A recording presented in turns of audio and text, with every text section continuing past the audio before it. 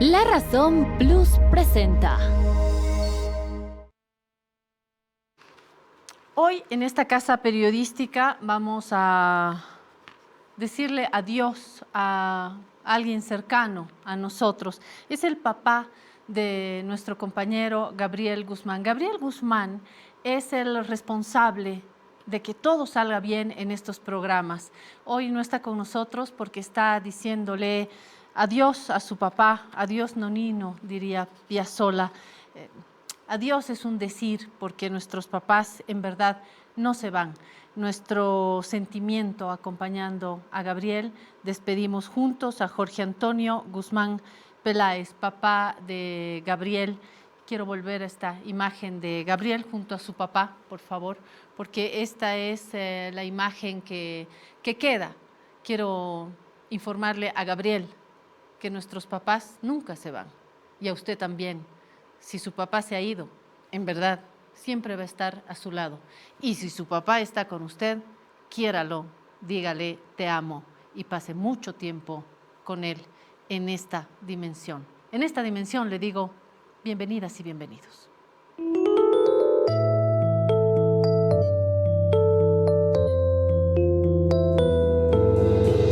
Para decidir si sigo poniendo esta sangre en tierra, este corazón que bate su parche, sol y tiniebla, para continuar caminando al sol por estos desiertos, para recalcar que estoy vivo en medio de tantos muertos, para decidir, para continuar, para recalcar y considerar. Solo me hace falta que estés aquí con tus ojos claros. Fogata de amor y guía, razón de vivir mi vida.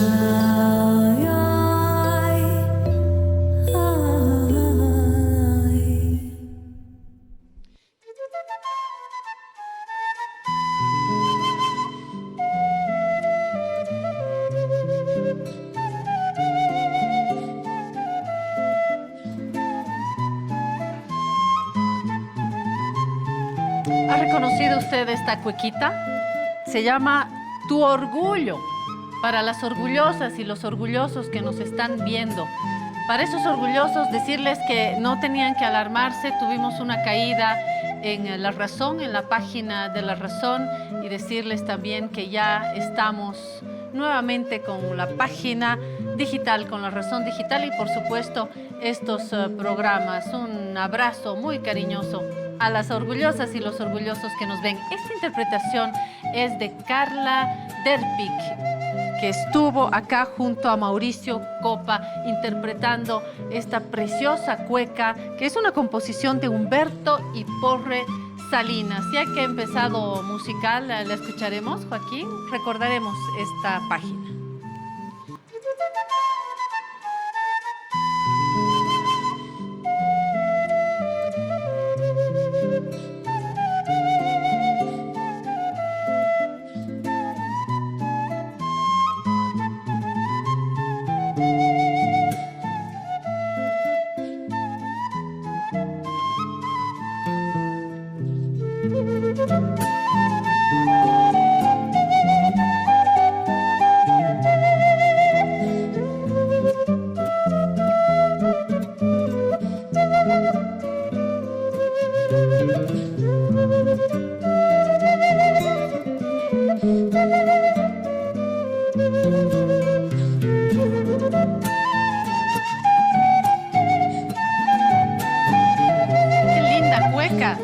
Se va la primerita. Lo primero es decirle gracias por estar con nosotros. Esto es Detrás de la Verdad Televisión.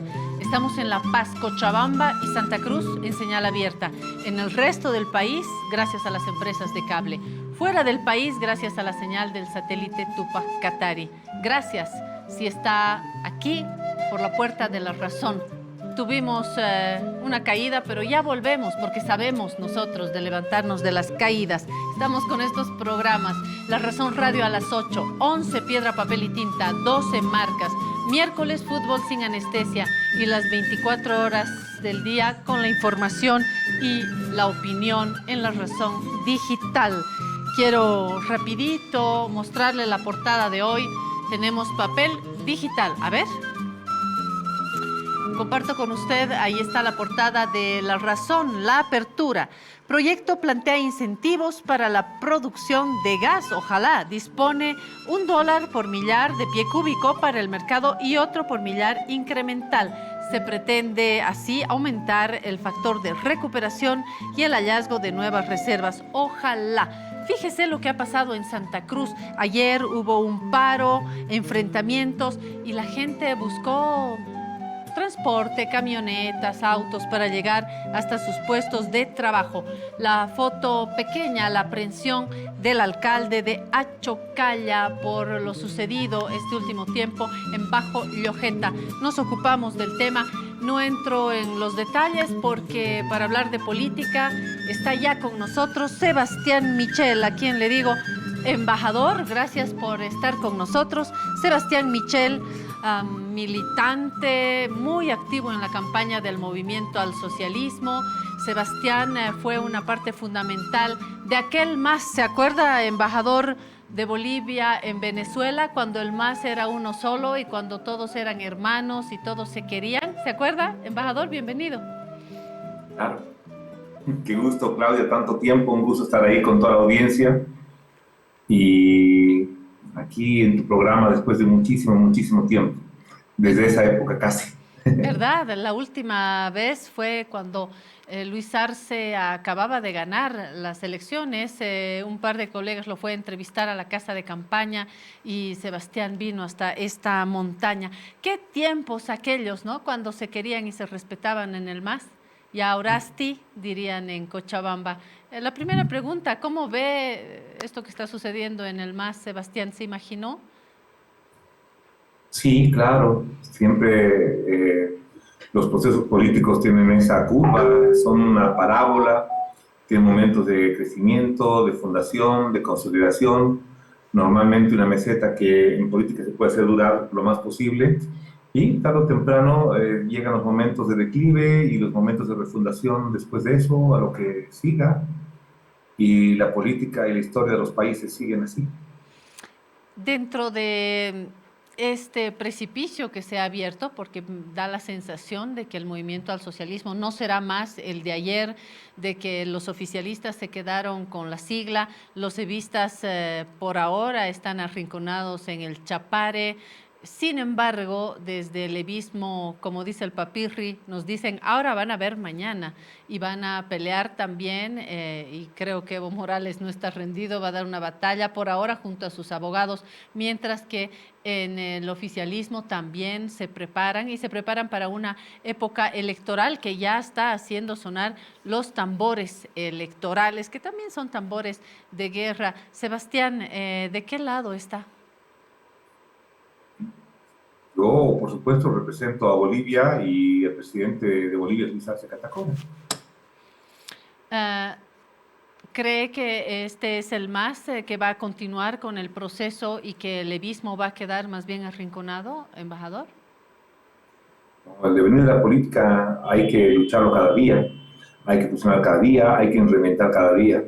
La gente que cree que esperando tiene una opción en la política, no. La política se hace actuando, gravitando, dando certidumbre, reinterpretando el país permanentemente. No hay una comodidad en la política nunca. La gente que piensa que la política es para flojos, no, es que nunca ha estado adentro, ¿no? Es para gente muy disciplinada, para gente muy serena, muy templada, y la falta de templanza muchas veces son lo que te hace cometer los errores más graves en política, ¿no? Hay que respirar, hay que ver cómo vienen las coyunturas, los ciclos económicos, los ciclos políticos son siempre en la misma trayectoria que te digo, ¿no? O sea, siempre es una parábola, siempre tiene un momento de nacimiento, un momento de consolidación, un momento de declive, y la economía tiene estos ciclos también, y hay que saber actuar y tomar decisiones en estos contextos. Entonces, Todavía falta mucho de lo que va a pasar en este ciclo, tanto político como económico. Claramente ya el 19 se había cerrado un ciclo político, se ha abierto un ciclo nuevo y habrá que ver cómo se va consolidando en los próximos 20 años este nuevo ciclo. Todo el mundo en Bolivia sabe que Bolivia funciona con partidos de Estado, o sea, pueden haber muchos partidos, pueden haber muchas alternancias, pero siempre hay partidos que se hacen cargo del tránsito de periodos de la historia, ¿no? Ha pasado con los conservadores a finales de 1800, ha pasado con los liberales, ha pasado con el nacionalismo revolucionario, con los militares, con el neoliberalismo y ha pasado con el MAS también. Entonces, seguramente cuando llegue el momento del declive, tendrá que aparecer un partido con gente joven, con gente de 35, 45 años, con nuevos sueños, con nuevas visiones del país, que los desplacen, por supuesto. O sea, tarde o temprano tiene que pasar eso, y eso es inevitable en la política, y es sano en la política además, ¿no? Lamentablemente creo que ese desfase nos está dando, digamos, de que todavía no aparece esa generación que tiene que hacerse cargo del país, esta generación de chicos, como te digo, de 35, 45 años, con mística, con fuerza, con sueños, con una visión diferente a la nuestra, que nos desplace totalmente y que cree un nuevo discurso y un nuevo paradigma del país. Entonces tendremos que seguir nosotros esperando a que esa generación de relevo aparezca. Y bueno, Bolivia es un país de mucha interpretación, de mucho análisis político, de mucha actividad, de mucho compromiso, y estoy seguro que pronto va a aparecer quien nos pueda desplazar. No soy tan optimista, embajador, porque los discursos en los políticos y en los medios hablan mucho de los jóvenes, pero los jóvenes no aparecen por una varita mágica. A los jóvenes hay que, por supuesto, darles oportunidades, condiciones para estudiar, para formarse, espacio, empuje, y eso es lo que no ha dado la clase política, y pongo a todos los plumajes acá adentro. Soy más pesimista en torno a los actores políticos jóvenes, Sebastián. Sin embargo, sí, lo acompaño cuando habla de estos ciclos. ¿Qué es la política sino una sucesión de ciclos, ¿no? No solamente la política, el capitalismo tiene grandes círculos, presencias de las izquierdas, así en plural, lo propio. En la economía no veo nada así, en la economía veo una caída muy preocupante de la que vamos a hablar, y embajador, lo hemos invitado también para hablar de las encuestas, esta famosa ya encuesta del empresario Marcelo Claure, que ha dado vueltas por todos los medios, todo el mundo la comenta, hay algunos medios muy enfocados también en echar por tierra esta encuesta y al propio empresario, más allá de la figura de Marcelo Claure. ¿Cuál es la percepción y qué mensajes deja esta encuesta, que usted también la ha criticado, Sebastián? No, no le he criticado, solamente observé que las sumas estaban mal hechas, ¿no? Que no daban las sumas, de que las preguntas que se hacían en lo nacional no tienen un correlato local, de que Carlos Mesa aparecía en las preguntas nacionales y desaparecía de las departamentales, de que ninguna suma departamental daba 100 y que algunos departamentos excedía el 100%, o sea, había más intención de voto que posibilidades de votantes. Entonces, es eso lo que observé. Pero claro, como ya a mi parecer era una encuesta que había sido hecha en un gabinete, en una mesa, en un escritorio, y no creo que sea él que quiera haber hecho eso. Yo creo que él tiene una intención de haber gravitado en la opinión pública. No creo que haya querido decir que iba a ser la más grande de todos los tiempos, una muestra más limitada. Él en verdad yo creo que tenía una intención de hacer algo mejor, pero yo creo que quienes le han hecho la encuesta un poquito lo han engañado. Uh-huh. Bueno, estos son los resultados de lo que acaba de llamar engaño. Vamos a los porcentajes. Nos dan algunas señales, Sebastián. Teníamos el 18%, volvemos al primer cuadro, por favor, 18% Evo Morales, lo propio Manfred Reyes Villa, más lejos 13% Samuel Doria Medina, 9% Jorge Quiroga, Luis Fernando Camacho 9%, Carlos Mesa 6% y el último el presidente Luis Arce desgasta el poder, no sé si todavía va a tener impulso para presentarse. Hablamos de las candidaturas, primero de su fuerza política, Sebastián, y también hablemos, por supuesto, de la candidatura de Evo Morales, de la oposición. ¿Cómo está viendo esto, al margen de estas observaciones que hace Sebastián y estas señales que ha dejado más otras encuestas? ¿Podríamos desprender algunos ejes de reflexión en esta temporada ya electoral, Sebastián? Difícil tener un eje de reflexión con una encuesta que, como te digo, yo creo que ha sido hecha en gabinete, que no ha levantado información y que tiene todos esos errores que te mostraba, ¿no? O sea, una encuesta que te dice que Camacho tiene esa votación que tú dices, pero que en Santa Cruz tiene 1% y en Cochabamba tiene 25%, es una encuesta que no tiene datos certeros. Entonces, es muy difícil que se pueda hacer una especulación sobre el tema. Sería muy sofista empezar a hablar sobre esta encuesta que no tiene, digamos, una ficha técnica coherente, que no tiene, digamos, un ámbito geográfico sobre el que se ha hecho la muestra, no tiene con claridad el universo, no tiene claridad de los equilibrios de género, urbanos, rurales, no tiene una muestra suficiente, no te dice si es una muestra levantada en puerta a puerta, ni si es un método CATI, que es más moderno, ni es por redes sociales. Ahí vas a ver, digamos, cuál podría ser el nivel de significación, de confianza, para que tenga, digamos, si ves por redes sociales, por lo menos 9.000 muestras para tener un 95% de confidencialidad. Para que tenga más o menos 3 de margen de error, necesitas por lo menos tener ahí una representación en unas 50 ciudades entre principales y intermedias, una desviación de error incorporando, digamos, tendencias rurales. No queda claro si el instrumento de recolección ha sido un cuestionario, si son escuchas, la muestra tampoco aparece, por eso mismo cuesta mucho para mí poder, digamos, pronunciarme ahí al respecto con la muestra. Entonces no sería muy responsable, porque son datos que, como te digo, están, para mi gusto, construidos en un escritorio y que incluso el diseñador de la presentación lo ha hecho mal, ¿no?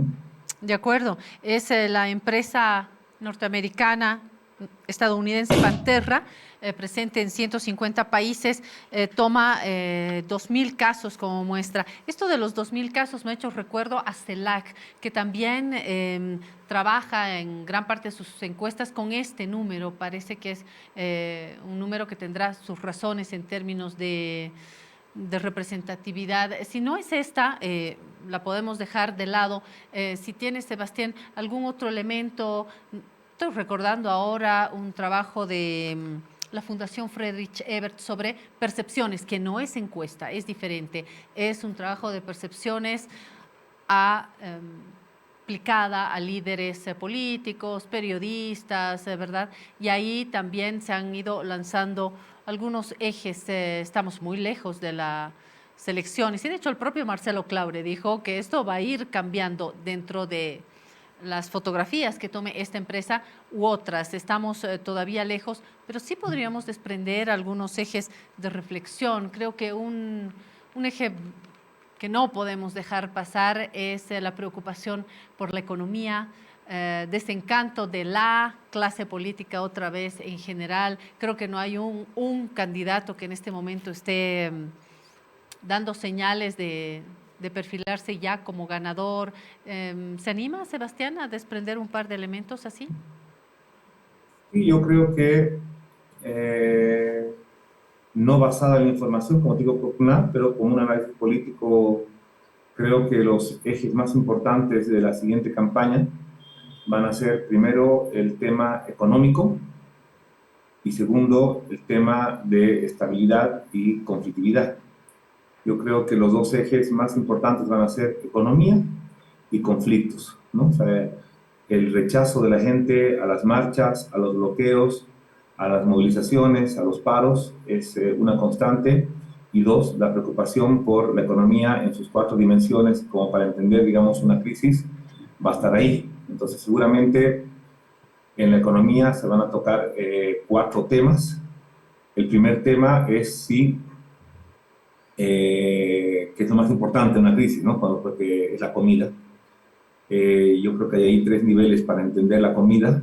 El primer nivel, que tiene que ver con los volúmenes fuertes, ¿no? Todo lo que son comida en commodities, todo lo que entra en refinación, en industria y que tiene su cotización en bolsas internacionales.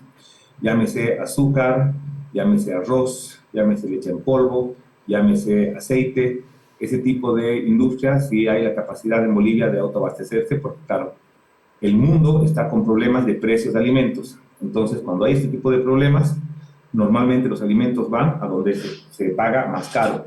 Si nosotros con los precios económicos que tenemos en Bolivia vamos a poder sostener de que esos alimentos se queden, si van a haber políticas claras para que esos alimentos se queden en Bolivia y no se vayan persiguiendo el mejor precio. Entonces, seguramente uno de los debates centrales va a ser, tienen que haber cuotas, tienen que haber por lo menos obligatoriedad de satisfacción del mercado, o hay que liberar totalmente la comida, ¿no? No te olvides, el precio de la comida, y lo puedes ver en cualquier estudio ahí de la FAO, ha tenido una disparada que nunca se había visto en el mundo, ¿no? O sea, a partir del conflicto de uno de los graneros más importantes del mundo, que es Ucrania, los precios de comida y por consiguiente de commodities, trigo, qué sé yo, se han disparado de una manera incontrolable.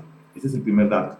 El segundo dato dentro de la comida tiene que ver con las proteínas, ¿no? Carnes, huevos, y hay que ver cómo está el tema vacuno, que es el que sostiene en grueso, digamos, a los países, el pollo, y si podría ser alternativo o complementario o fortalecerse más todo lo que Bolivia también tiene, que son corderos y son camélidos. Y el tercer elemento tiene que ver con la capacidad productiva, eso no tiene que ver con commodities, que tiene que ver con básicamente mano de obra campesina, ¿no? Tenemos todavía una población campesina, pese a que el dato del censo nos dice que hay una concentración en las ciudades muy grande y que lo rural se ha achicado demasiado. Si todavía tenemos esa capacidad productiva para hortalizas, para legumbres, para tomates, para todo lo que tiene que ver con vitaminas. Esto es importantísimo cuando analizas una crisis. El segundo elemento que tenemos tiene que ver con la energía. Cuando se para la energía, se para básicamente la producción también. Por eso mismo vas a tener que dimensionar esto en tres elementos. Primero, en si el gas nos alcanza para tener nosotros la capacidad productiva y los servicios que usamos con el gas, calentamiento de agua, cocinas, qué sé yo. Si nos alcanza además eso para generar divisas en exportación y si hay inversiones en nuevos campos en este momento, si es suficiente, cuánto falta para que los nuevos campos que se han incorporado en TCFs puedan empezar a producir. Pero lo más importante tiene que ver con la electricidad. Hay crisis eléctricas en Colombia, hay crisis eléctricas en Venezuela, Ecuador. Entonces hay que ver si nuestra capacidad instalada nos da para un crecimiento de consumo de electricidad en caso de que alguna otra energía baje. Y lo tercero tiene que ver con el diésel y la gasolina. En este momento en Bolivia promedio pagamos en los surtidores $0.50 y antes estaba en 0.80, o sea, 30 centavos de dólar era el subsidio que teníamos hasta hace 5 o 7 años.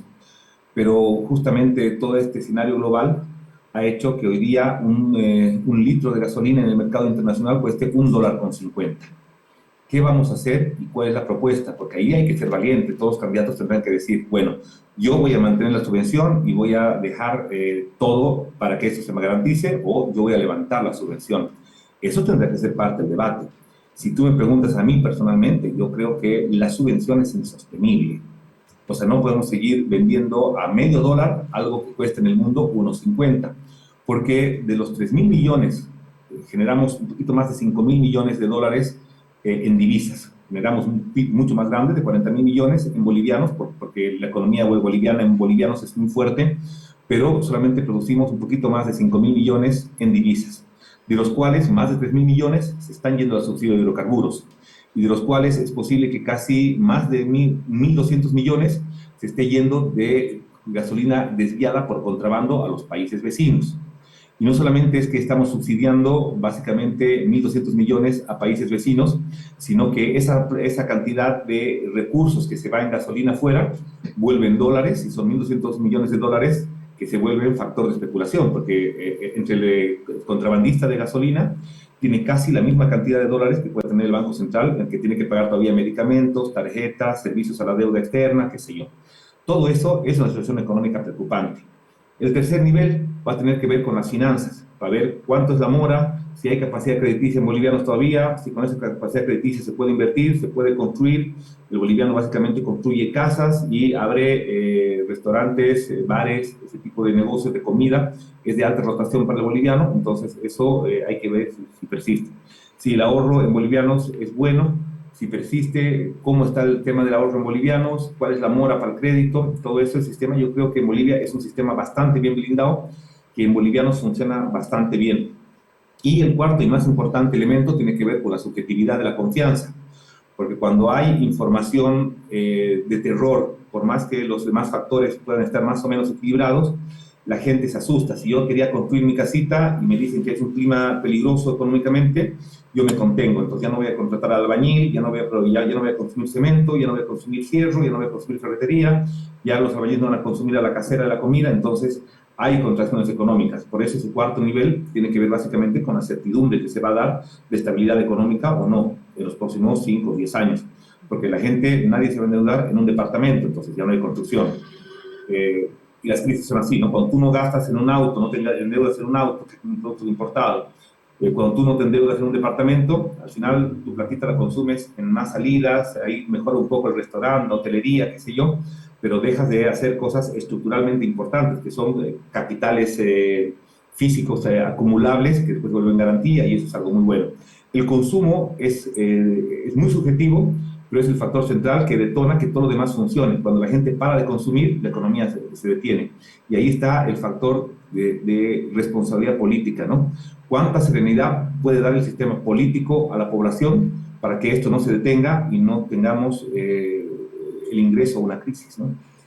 Sí, embajador, nos queda claro que a usted le queda claro que las preocupaciones económicas son las que van a determinar no solamente las elecciones, cualquier movimiento en un futuro próximo lo debe tener claro el gobierno también, que ahora se mide en torno a resultados concretos hacia las elecciones, y quienes están fuera del gobierno como fuerzas tendrán que plantear también escenarios creíbles, posibles para salir de esta crisis que, dicen los expertos, no va a terminar mañana. Seguiremos hablando de economía y de política. Quedo muy agradecida, embajador Sebastián Michel, por estos minutos que ha compartido con el Piedra, Papel y Tinta. Muchas gracias, un gusto y saludo a toda tu audiencia, Claudia. Gracias, Sebastián, un abrazo. Este ha sido nuestro primer diálogo. Hemos mezclado, hemos tejido economía y política con Sebastián Michel, embajador de Bolivia en Venezuela, viendo un poquito estos escenarios. Hay que ver otros escenarios. Un escenario es el del auto. ¿Por qué hablo del auto? Porque la gente ya está pensando, quienes van a tomar alguna vacación, están pensando cómo van a plantear esta vacación. Tengo un consejo para usted. Para continuar caminando al sol por estos desiertos, para recalcar que estoy vivo en medio de tantos muertos. ¡Llegan las vacaciones! Pero no tenemos vehículo.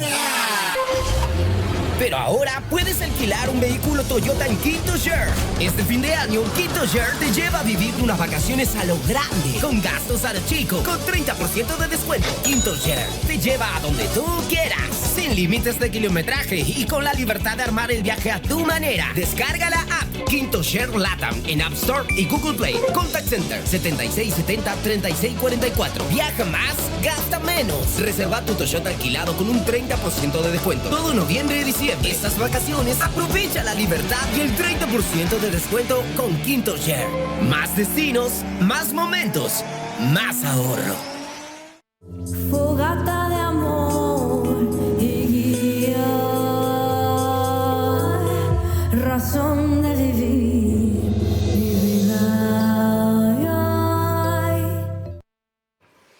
Bueno, tengo buena música, qué lindo, gracias.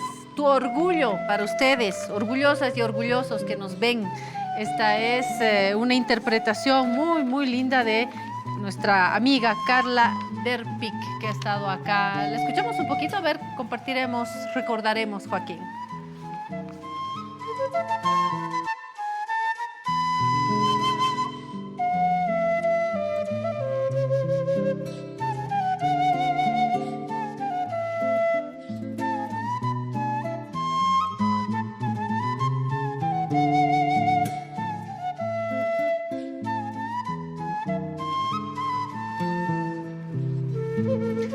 Esta cueca titula Tu orgullo.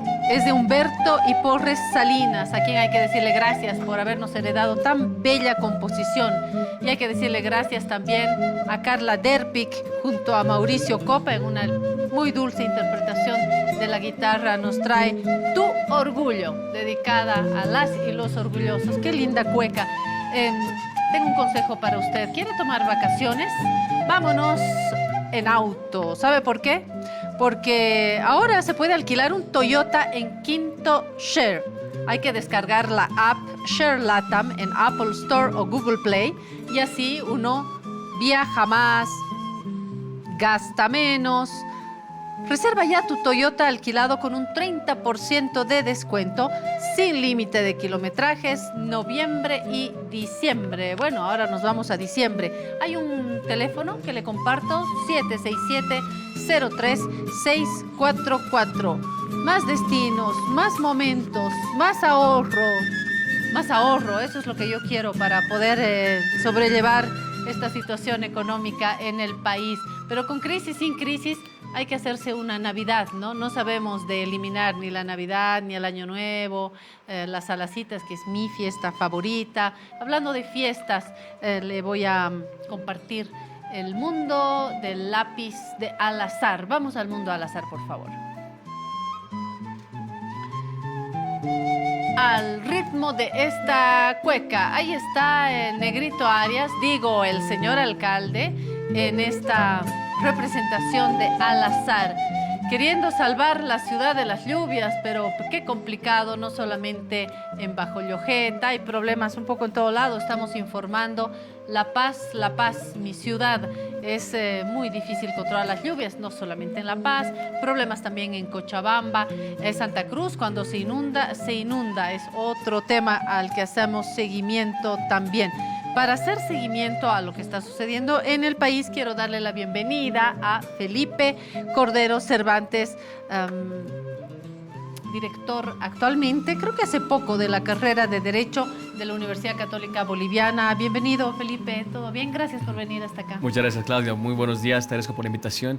Y sí, he llegado al país hace 11 meses y recientemente director de la carrera de Derecho de la Católica. ¿Qué tal la Universidad Católica? ¿Todo bien? Genial, genial, muy bien. Es una institución que realmente tiene tradición, tiene trascendencia y prestigio. Felipe, ¿había estudiado antes en la Católica? Sí, de hecho, Claudia, también estudié contigo. Fuiste mi profesora de la materia que se llamaba Pensamiento Crítico en su momento. Cierto, pero sí, es exactamente igual, Claudia. Cierto, así que podemos hablar bien de la Universidad podemos Católica, verdad, muy bien. Tengo estos dos libros de Felipe Cordero, La acción de amparo, perspectivas internacionales para una justicia constitucional efectiva. Ojalá pudiéramos pasar del libro a los hechos, pero por supuesto que vale el texto. Y este otro que gentilmente nos ha enviado Felipe, Derecho Constitucional Boliviano. Todos estamos ahora pendientes de Derecho Constitucional Boliviano. No lo conocemos, pero hablamos por lo que está sucediendo actualmente en el país. Acá se hace un análisis profundo, dice el texto, de la acción de amparo. Son textos con esa especialidad que yo traigo en primer lugar para decirles lo que se está publicando, para mostrarles las últimas publicaciones de Felipe Cordero, nuestro invitado hoy, y para introducirnos también a lo que sucede en el país. Una cosa, ya lo habrá entendido, Felipe, es lo que se estudia en la universidad, en la licenciatura o en un posgrado. Una cosa es lo que se publica, una cosa es lo que debería ser, una cosa es la teoría, la comparada y lo que vamos marcando en el país. Y otra es las barbaridades que estamos viendo. ¿Me estoy equivocando? ¿Estoy muy exagerada? ¿He amanecido pesimista? ¿Qué dice el especialista? No te preocupes, Claudia. Es una excelente pregunta. De hecho, es una muy buena pregunta que todo el mundo debería hacerse. Primero, ¿qué es la Constitución? ¿No? Todo el mundo dice la Constitución, que hay las normas, pero ¿realmente sabe la gente qué es la Constitución? Primero habría que preguntarse eso. ¿La hemos leído? La hemos leído, sabemos qué contiene, qué derechos tengo, qué deberes tengo. Entonces, ahí viene un planteamiento muy importante, ¿no? Conocerla primero, antes de hablar. Segundo, en cuanto a lo que tú me decías, la aplicación. ¿Realmente es aplicable? A mí me gusta siempre traer a colación los temas académicos, nunca yendo hacia lo político, siempre hay que mantenerse en el tema de estudios, ¿no? Y haciendo un análisis profundo de la Constitución boliviana, podría decirse que es un texto muy bonito, muy romántico, por así decirlo. Con muchos derechos Con- comparativamente con otras constituciones, ¿verdad? Exactamente. De hecho, si quieres te hago la pregunta. ¿Sabes cuántos derechos tenemos en la Constitución? No. No hay un límite. No tiene límites. ¿Por qué? Porque la propia Constitución da una inmensidad de derechos en todos sus apartados, pero además incluye lo que es el bloque de constitucionalidad, que también todo el mundo habla de esto, ¿no? Probablemente luego lo toquemos, pero incluimos ahí leyes, tratados internacionales, que van a coadyuvar a la interpretación y al desarrollo de los derechos que tenemos en la Constitución. Entonces no tenemos un límite, son interminables. Esto en cualquier concepto de derecho constitucional o para un estudioso uno diría, wow, esto es sacado de los cabellos, porque la pregunta ¿es aplicable o no es aplicable? ¿De qué forma podemos aplicarla? Y por otro lado, Felipe, cuando miramos en la Constitución hay pedazos que están muy detallados, con muchos acápites, y hay otros que son tan básicos como el de la elección y reelección, que es tan fácil de leer, está en un par de líneas. ¿Cómo interpreta, Felipe? ¿Hay reelección indefinida o no, según la Constitución? Vale, pongamos aquí dos elementos muy importantes. A nivel general, en el mundo, la reelección suele existir. De hecho, España no tiene un límite para la reelección. Es decir, tenemos alcaldes en España que están más o menos más de 20 años como alcaldes. Y nunca ha habido un planteamiento de, oh, wow, ¡Qué barbaridad! hay que quitarlos porque es que eso va contra la democracia. No. De hecho, un elemento de la democracia es la libertad. La libertad que tiene la persona también de elección. Ahora, si nos vamos, eso por un punto general, si vamos a un punto particular de Bolivia, evidentemente la Constitución boliviana nos menciona que puede haber una reelección inmediatamente después de un periodo, ¿no? Es decir, 2 periodos. Perfecto. Pero hasta ahí llega. Hasta ahí llega la Constitución. No dice más. Como tal, no dice más. Entonces, según los planteamientos de derecho, en general, todo lo que no está prohibido está permitido. Y ahora recientemente hay un auto constitucional que tú debes saber, lo que ha salido hace poco. Sí. Hasta acá, cualquier candidato o candidata puede cumplir un periodo, si gana las elecciones, pasar al segundo periodo inmediato, luego puede venir Periquito como presidente o Periquita y luego podría postularme. La Constitución en su texto tal como está, pero luego viene esto que dice Felipe, ¿no? Exactamente, o sea, puede irse a vacaciones, como tú decías, ¿no? Que se tome el coche y se vaya de vacaciones, 4 años, 5 años, nos da igual, pero que tiene que haber justamente ese periodo, digamos, de receso. No menciona nada más al respecto, no menciona si después pueden ser electos o no, pero eso da la posibilidad a que la normativa pueda regularlo de cierta forma. ¿Qué es lo que ha sucedido con este auto constitucional? Cuando uno lo lee, tiene que analizar un poco la previa, qué es lo que ha ido sucediendo a lo largo de los años. Y esto en base a la desnaturalización del propio Tribunal Constitucional. Quiere decir, y un poco para poner el lenguaje, porque a veces los abogados hablamos en un lenguaje que uno dice, pero dímelo más en castellano, dime algo que lo entienda. Es cambiar tu naturaleza. Es decir, tú tienes unas atribuciones que te dan unas competencias que tú tienes que ejercer, pero las cambias. Y con ello cambias ciertas reglas del juego. Es decir, pongamos un ejemplo básico, jugamos a las cartas y de pronto el dueño de la casa dice, mira, yo creo que esta regla la voy a interpretar a mi manera. Y como soy el dueño de la casa, yo pongo las reglas. Entonces, cuando tú cambias esas reglas del juego, estás desnaturalizando la propia, puede ser institución, el organismo o la propia normativa. Eso ha pasado en varias ocasiones con el Tribunal Constitucional, Sí. donde realmente se ha modificado su Que propio. interpreta, y aquí viene tal vez un punto que no es menor, interpreta pero no puede ir contra la Constitución, porque la Constitución es un texto humano, es un texto, por supuesto, que tiene sus imperfecciones, pero en última instancia es el texto de referencia para la convivencia social. Exacto. Y Puede por lo que no- tanto se lo puede interpretar, pero no se puede ir en contra del texto. Claro, puede que nos guste o no el texto, ya depende de cada uno cómo quiera leerlo, pero ir en contra del propio texto, y como lo hizo la sentencia 0084, ¿Fue contra el texto constitucional? fue directamente, o sea, fue un misil, es un tomahawk que va directamente en contra de la Constitución al decir, y es la parte que tenemos que ver, ¿no? ¿Qué es lo que dice la normativa? Cuando hay una acción de inconstitucionalidad, tú pides todo lo que está, digamos, debajo de la Constitución, puede ser, digamos, sujeto a interpretación del tribunal. Perfecto. Pero cuando pedimos que el tribunal se tome la prerrogativa de interpretar la propia norma, la base de todo, y decir después de todo ello, la quieren aplicar. Vamos a aplicar ciertos artículos de la Constitución. Es decir, que tú ya te has tomado un poder que es, digamos, el más grande, ni siquiera existe en el Estado, no está en el texto constitucional. Atribuciones, prerrogativas que no existen. Y cuando tú dices, wow, es que como constitucionalista, como alguien que estudia la Constitución, que el tribunal diga inaplico la propia Constitución, tú dices, entonces, ¿en qué sistema estamos? Porque ¿Eso ha ocurrido en el país? ha ocurrido y en varias ocasiones donde la interpretación que se toma, las prerrogativas que tiene el Tribunal Constitucional no son las que deberían. Entonces, ¿Y qué mecanismo tiene un país como Bolivia para hacer notar o chitón nomás frente a lo que determine un Tribunal Constitucional Plurinacional? podemos llegar a instancias internacionales, tanto la Corte Interamericana, podemos utilizarla como la Comisión Interamericana. ¿Cuál es el problema de esto? Un poco el tiempo, los tiempos que se lleva para, digamos, para que una demanda pueda ser admitida. ¿Cualquiera plantea una demanda? En este caso depende, siempre tiene que haber una violación, digamos, de un derecho humano en este caso, que vaya en contra de la Convención Americana de Derechos Humanos, y recién podemos plantear una acción que vaya a la Comisión y posteriormente pasa a la Corte. Pero pueden pasar años de todo esto. Y lo que queremos saber como ciudadanos es, ¿qué hago? ¿Qué pasa ¿No? ahora? ¿Qué puede pasar con todo esto?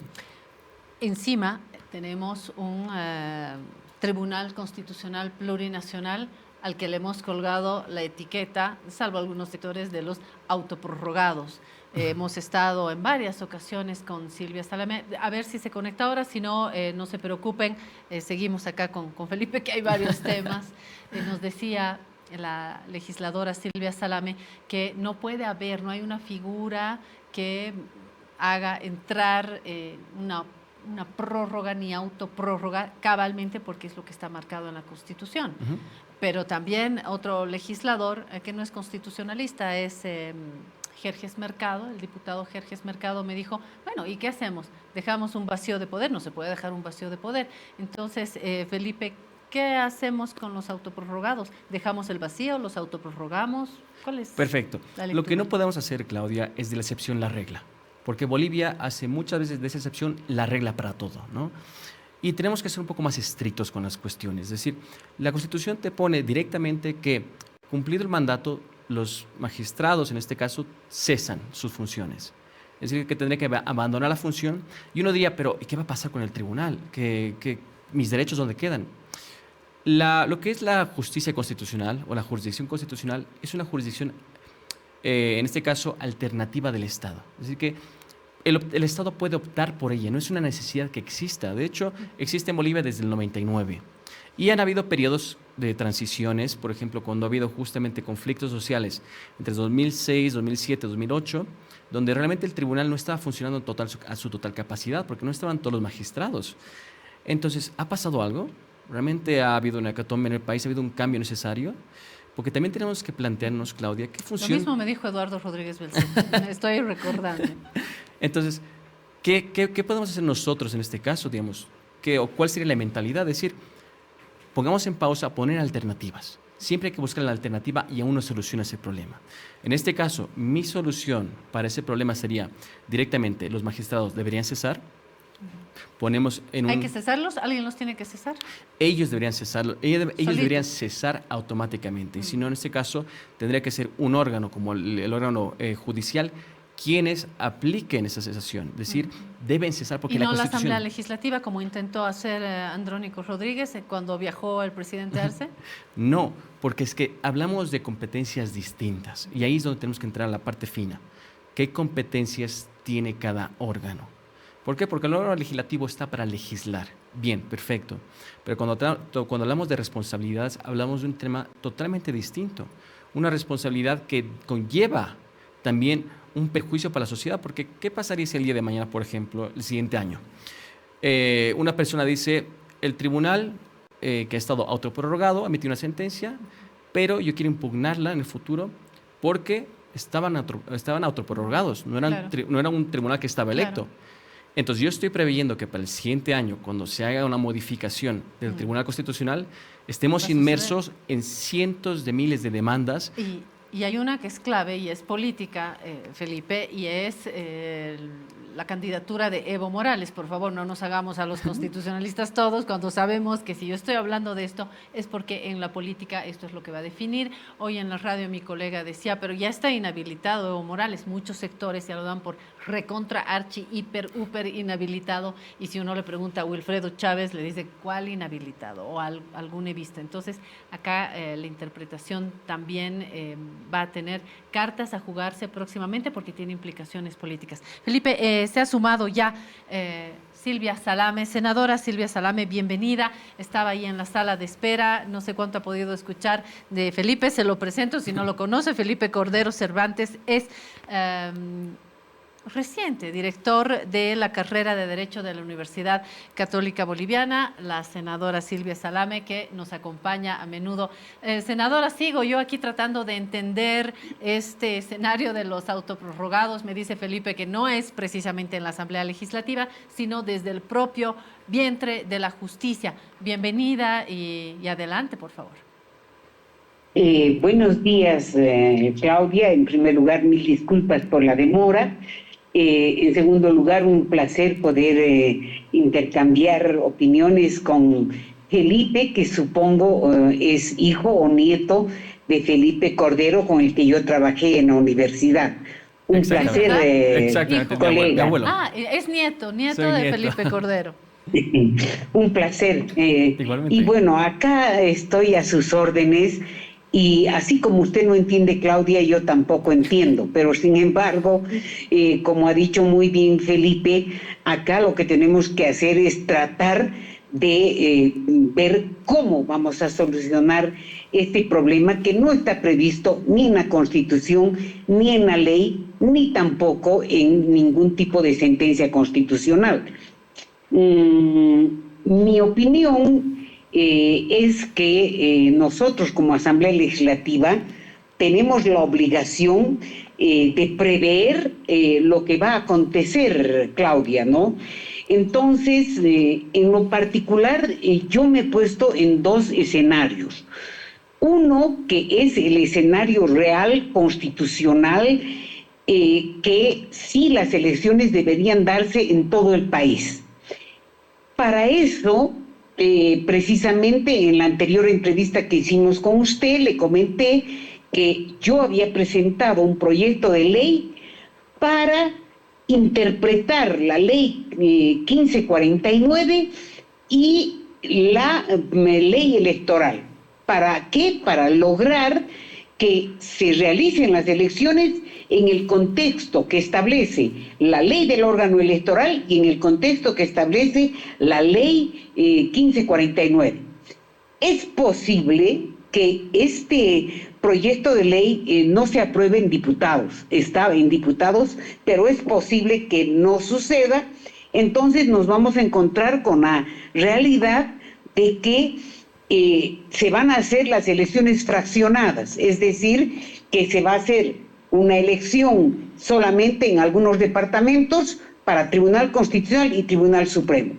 Entonces, nosotros no podemos quedarnos de brazos cruzados esperando que suceda esto y llegue la hecatombe, porque, como decía muy bien Felipe, no existe una norma que nos diga cómo proceder en este caso. Entonces, yo hoy estoy presentando un proyecto de ley nuevo, Claudia. Ustedes dirán que soy una maniática, pero en mi condición de jurista yo tengo la obligación de ver qué alternativas podemos tener. Totalmente. Y este proyecto, perdón que le interrumpa, Claudia, tiene por objeto ver cómo vamos a trabajar si se da esa elección solamente en 4 departamentos para el constitucional, sobre todo, Claudia. Nos planteamos las mismas preguntas. Ustedes tienen la ventaja de que han estudiado y tienen los mecanismos para plantear escenarios allí donde hay que plantear las coordenadas para tener un escenario que no es propiamente político, no es del campo de los periodistas, es del campo de ustedes. Felipe, ¿cómo recibe la propuesta y esto que está planteando la senadora? Yo recibo cualquier propuesta siempre de una manera positiva. Hay que ver soluciones, alternativas a caminos que puede que sean, digamos, paredes, pero veamos cómo podemos seamos más ejecutivos, ¿no? Aquí hay mucha reunión, muchos elementos. Lo que sí podría observar es que una normativa, una ley, toma demasiado tiempo, ¿no? Toma demasiado tiempo en cuanto a su aprobación, el debate que tiene que existir en la Cámara Legislativa. Y además estamos con un cúmulo de normativa inmensa en Bolivia. Tenemos normas, leyes para todo. Tenemos que ser un poco más simples y ejecutivos en ese sentido, ¿no? Herencia española es tener tanto bagaje. Sí, es que son los españoles que son así también. Yo creo que es más Francia. Yo ¿Sí? creo que es más Francia la que tiene más Debate. leyes que España, ¿no? Pero siempre ver alternativas y innovar. Es decir, cómo podemos hallar una solución creativa para un problema que no requiera un trámite largo ni que desgaste a la población, porque eso es el desgaste, ¿no? Es la gente a la que lo sufre al fin y al cabo. Entonces, ¿cómo podemos ver eso? Y como tú decías en la anterior entrevista, ver la parte joven, es decir, qué dicen los jóvenes de cómo podemos encauzar con creatividad una solución al problema. En este caso, una solución legislativa puede ser un camino perfectamente, como también puede ser un camino ver al órgano judicial, en este caso, que también puede haber una alternativa a una cesación directa. Felipe, volvemos a eso. Se planteó que sea la propia estructura judicial que le ponga un poco el freno a los magistrados, Espada y Hurtado, inolvidable. Senadora, ¿será desde la estructura judicial que se puede plantear esto? Porque ya esperar que ellos mismos asuman una cesación de funciones, creo que desde ningún punto de vista, ¿no? Hay que ser muy naif para pensar esto. ¿Pero será la estructura judicial la que tenga la llave, senadora?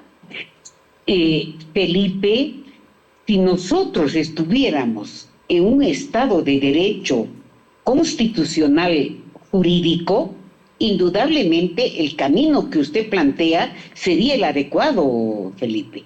Pero en este momento no se olvide usted que el 2 de enero se ha dado un golpe de Estado judicial. En consecuencia, en este momento no tenemos un ente judicial al que podamos recurrir, Felipe. Y por esa razón, nosotros como Asamblea Legislativa tenemos que afrontar esa decisión de legislar para evitar este caos jurídico. Estoy de acuerdo con usted, Felipe, cuando dice que las leyes son eternas. Hay leyes que las he planteado el 2020, hasta el día de hoy no han salido, Felipe. Para las judiciales he presentado 5 proyectos de ley que nunca se han aprobado.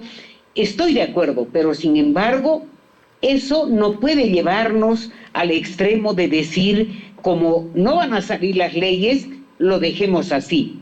Está absolutamente descartado que sea el ámbito judicial el que afronte esta temática, porque nosotros no reconocemos a esas autoridades judiciales. Para nosotros están ejerciendo ilegal e ilegítimamente el cargo. En consecuencia, ¿cómo le vamos a pedir a un órgano trucho, a un órgano prorrogado que dé la solución? Como decía Claudia, estaríamos pidiéndole prácticamente que ellos actúen contra ellos mismos, y eso no lo van a hacer. Entonces, es la obligación de nosotros hacer este proyecto de ley, Felipe. Creo que esa es, digamos, una de las pocas soluciones viables. Sin embargo, yo creo que la Asamblea está dispuesta a recibir iniciativas, y qué mejor que la Universidad Católica que pueda contribuir en esto para ver cómo solucionamos este problema, Claudia. Sí, de repente desde la academia se puede hacer algo. Quiero terminar invitándoles a hacer un pequeño ping-pong sobre las 2 cabezas del famoso Tribunal Constitucional Plurinacional, porque resulta que en estas últimas horas, días, Gonzalo Hurtado ha sido presentado en sociedad como el nuevo presidente del TCP en reemplazo de Paul Franco, hablando de los franceses, y luego llega Paul Franco y dice que yo soy el presidente. ¿En qué queda? Tenemos ahora un TCP con 2 cabezas, alguien dijo algo, los medios muy poco, los medios de comunicación también adolecemos de eso. Hay una noticia y la olvidamos, hay un tema y lo olvidamos y nos vamos a otra cosa con una memoria corta. Quisiera volver a esto de las 2 presidencias. ¿Les llama la atención o me estoy ocupando de algo que no tiene gran relevancia, Felipe? No, claro que sí. Llama la atención el que vivamos en una especie de carnaval jurídico, ¿no? Donde, como tú dices, ¿no? Aparece un nuevo presidente, pero ¿sobre qué hay que basarnos legalmente hablando? ¿Quién es el nombrado? ¿Quién ha sido nombrado como presidente del TC? Mientras no hay un nuevo nombramiento, no podemos decir que hay otro presidente. Es decir, puede ser de facto, sí, pero mientras no exista otro presidente nombrado, no puede existir una dualidad de presidentes. Y por otro lado, es el tema de que el TCP en este caso está ya incurriendo en una, digamos, tómbola digamos, ilegalidades, que es donde no queremos llegar, es llegar a ser el TCP, ¿no? Es donde no queremos llegar porque toda esa injusticia está viendo ahí. Como nosotros estamos viendo que están haciendo su propia normativa, sus propias decisiones, ¿basadas sobre qué? Porque realmente está basada sobre la Constitución. ¿Mañana ¿no? esto tendrá consecuencias Yo judiciales? esperaría que sí, yo desearía que tuviese algún tipo de consecuencias porque vivimos en esa impunidad. Igual lo que se menciona, ¿no? ¿Qué ha pasado con los incendios? No pasó nada, nadie es responsable de los incendios. Se han quemado cientos de miles de hectáreas y no hay responsables. Lo mismo está pasando con el tema de esa matanza que ha habido en Chapare. Tampoco veo de una tal relevancia. Y hay elementos tan fuertes que nos van a atañer a todos. El Tribunal Constitucional nos va a atañer a todos. Yo estoy de acuerdo con la senadora. Hay veces que nosotros tenemos que ver la mejor forma de solucionar el camino porque si el órgano que debería encargarse de, digamos, que la justicia constitucional esté activa, es el órgano que va a estar en contra. Yo puedo dar mi perspectiva normativa clásica de estudios y decir, esto es lo que debería hacer a nivel de estudios académicos, ¿no? Pero como dice la senadora, y estoy de acuerdo, ¿no? Hay elementos que pasan, que trascienden digamos, la norma y hay que hallar temas más, soluciones políticas a veces, soluciones alternativas. Y sí, si la senadora, estoy de acuerdo, se pueden ver esas alternativas legales para frenar de algún cierto modo ciertos atropellos que pueden existir. Esa ilegalidad continua en la que vivimos, ¿no? Hablando de algunas alternativas legales, senadora Silvia Salame, el viernes hay una audiencia de cumplimiento para la realización de las elecciones totales. ¿Usted sabía algo? Sí, evidentemente, uno de los candidatos a magistrado del Tribunal Supremo presentó una acción de cumplimiento y esa acción de cumplimiento misteriosamente tenía que realizarse y la han postergado, como dice usted, para recién se va a realizar, pero esa acción dio una medida cautelar, Claudia. Una medida cautelar es algo anticipado para evitar un grave daño. Y en esa medida cautelar se decía que deberían realizarse las elecciones de manera integral. Entonces, a criterio mío, ese debía haber sido el fundamento para que el Tribunal Electoral continúe con toda la logística para las elecciones totales. Dios quiera que en esa acción, que no la ve el Tribunal Constitucional por ahora, ellos la tienen que revisar, pero Dios quiera que en la realización de la audiencia se conceda la acción y se diga que sí, que las elecciones van de manera íntegra. Eso sería lo ideal, Claudia. Uh-huh.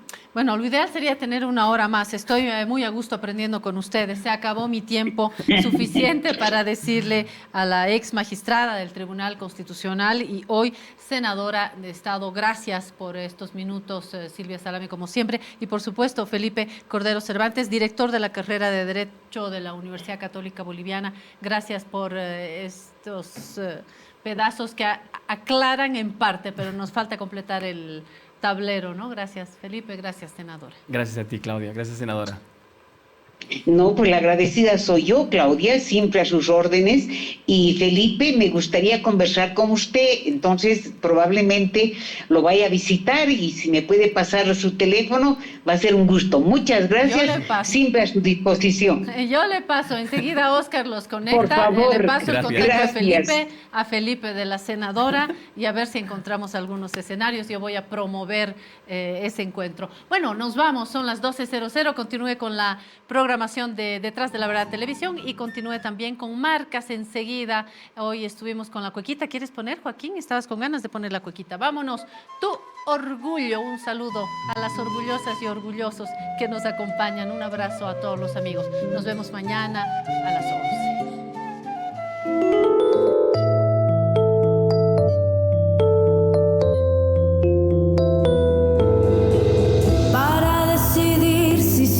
Poniendo esta sangre en tierra, este corazón que bate su parche, sol y tiniebla, para continuar caminando al sol por estos desiertos.